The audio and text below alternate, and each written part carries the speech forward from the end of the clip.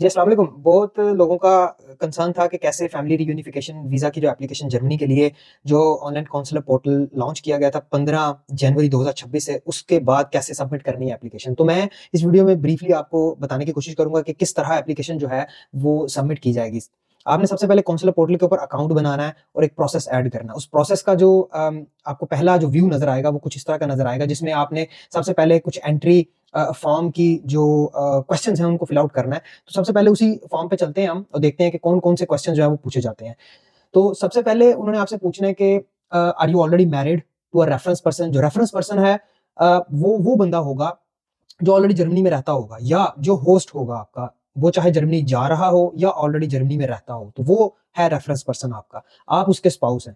तो यहाँ पर सबसे पहला सवाल होगा कि क्या आप उस बंदे से, उस रेफरेंस पर्सन से ऑलरेडी मैरिड हैं, और do you live with them in a registered civil partnership. जो भी सिविल पार्टनरशिप में रहते हैं, या फिर आप कंप्लीटली उस बंदे के साथ मैरिड हैं, तो उसका जवाब आप यहाँ पर देंगे कि yes I am married with that person, या फिर आप प्लान कर रहे हैं उसके साथ मैरी करना इन जर्मनी। तो उसके लिए आपका एक डिफरेंट कैटेगरी यहाँ पर देखने को मिलेगी। तो हम चूंकि एक अपने एप्लीकेंट की, एक अपने जो है क्लाइंट की एप्लीकेशन सबमिट कर रहे हैं, तो वो ऑलरेडी मैरिड है, तो यहाँ पर हम इसको यस सेलेक्ट करेंगे। उसके बाद सवाल आता है कि what nationality is your reference person have. तो जो आपका रेफरेंस पर्सन है वो नॉर्मली जो आपके जर्मन नेशनैलिटी नहीं होती उसके पास, लेकिन कुछ जर्मन नेशनल भी होते हैं। तो जो भी आपका रेफरेंस पर्सन नेशनैलिटी होल्ड करता है, यहाँ पर आपने उसकी जो है वो उसके मुताबिक आपने जो ऑप्शन है वो सेलेक्ट करनी। तो हमारा जो केस है, वो जो होस्ट है हमारे केस में वो थर्ड कंट्री नेशनल है, तो यहाँ पर हम nationality of another third country select करेंगे। उसके बाद सवाल पूछा जाता है कि जी what residence status does your reference person have. अब यहाँ पर 3 ऑप्शन है। एक ऑप्शन ये कहता है कि जी मेरा जो होस्ट है उसके पास ऑलरेडी जर्मन रेजिडेंट परमिट है, जो कि जर्मन इमिग्रेशन अथॉरिटी ने इश्यू किया, यानी कि ऑस्लैंडर बेहोडे, जो जर्मनी का ऑस्लैंडर बेहोडे है, उसने इश्यू किया। इसका मतलब ये है कि जो आपका होस्ट पर्सन होगा वो जर्मनी आ चुका है, और आने के बाद जर्मन ऑस्लैंडर बेहोडे से उसने एक रेजिडेंट परमिट कार्ड जो है वो अपना ले लिया है। दूसरी ऑप्शन में ये है कि जी my reference person is currently applying for a visa to enter Germany और has already submitted the application. अगर आपका जो होस्ट पर्सन है वो अभी तक जर्मनी पहुंचा नहीं है, उसने वीजा अप्लाई किया हुआ है, तो फिर आप जो है ये दूसरी ऑप्शन सेलेक्ट करेंगे। तीसरी ऑप्शन ये है कि my reference person already has a visa for long term residence but do not have a residence permit. तो इसमें आप ये सेलेक्ट करेंगे अगर आपका होस्ट जो है उसके पास वीजा है, लेकिन उसने अभी तक जर्मनी पहुंचकर वो रेजिडेंट कार्ड जो है जिसको टीआरसी कहा जाता है, वो अब अगर अभी तक हासिल नहीं किया, तो फिर आप इसमें तीसरी ऑप्शन सेलेक्ट करेंगे। तो करंटली हमारे केस में जो होस्ट है उसके पास ऑलरेडी रेजिडेंट परमिट आ चुका है, टीआरसी आ चुका है, तो इस सूरत हाल में हम ऑप्शन 1 को सेलेक्ट करेंगे। फिर उसके बाद सवाल है कि जी what residence permit does your reference person have.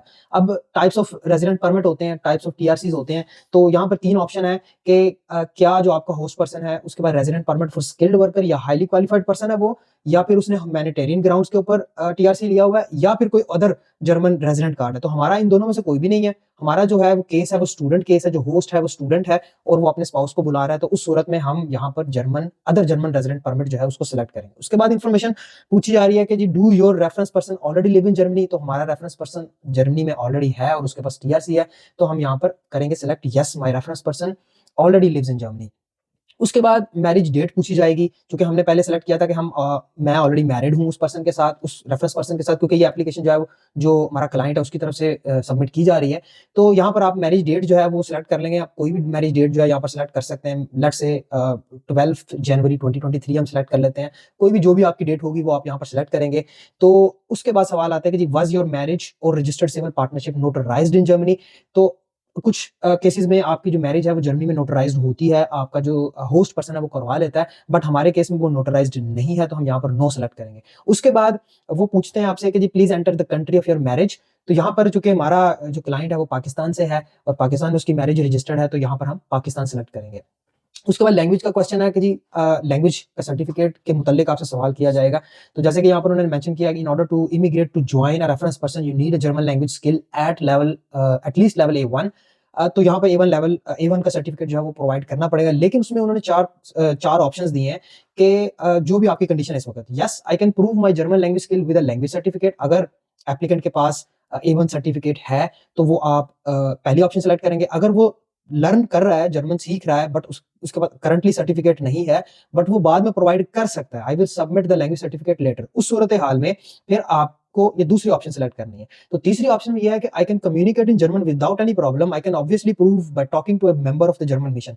आपकी ये जो 2 ऑप्शन है ये क्वाइट सेफ ऑप्शन है। इसमें आपको इन एनी केस अभी या लेटर ऑन A1 का सर्टिफिकेट प्रोवाइड करना पड़ेगा।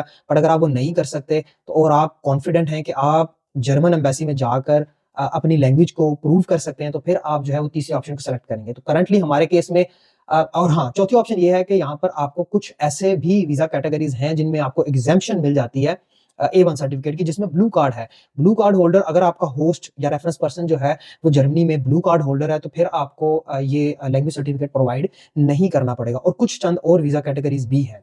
तो अगेन हमारा जो केस है वो जर्मन लैंग्वेज सर्टिफिकेट के साथ है, बट करंटली हमारा जो क्लाइंट है वो जर्मन लैंग्वेज सीख रहा है और वो लैंग्वेज का सर्टिफिकेट लेटर ऑन प्रोवाइड कर सकता है। तो उस सूरत-ए-हाल में हम इस सेकंड ऑप्शन को सेलेक्ट करेंगे। तो यहाँ पर हमने रेफरेंस में जो लिखा था वो यस द फर्स्ट, हाँ, उसमें उसने एक सवाल हमारा मिस हो गया, वो ये है कि इज़ द करंट मैरिज और registered civil partnership the first marriage और the civil partnership of you and your reference person. तो यस, हमारा जो क्लाइंट है ये उसकी पहली शादी है और दोनों तरफ से, तो इसलिए हम पहला ऑप्शन सेलेक्ट करेंगे। अदरवाइज़ जो भी आपका केस हो आप उस हिसाब से यहाँ पर ऑप्शन को सेलेक्ट कर सकते हैं। पॉसिबल है कि अगर आप इनमें से किसी ऑप्शन को सेलेक्ट करें तो आपसे फर्दर क्वेश्चंस किए जाएँ। तो ये था हमारा फॉर्म जिसमें क्वेश्चंस किए जाते हैं। अब हमारा फॉर्म जो है वो कंप्लीटली फिल आउट हो चुका है।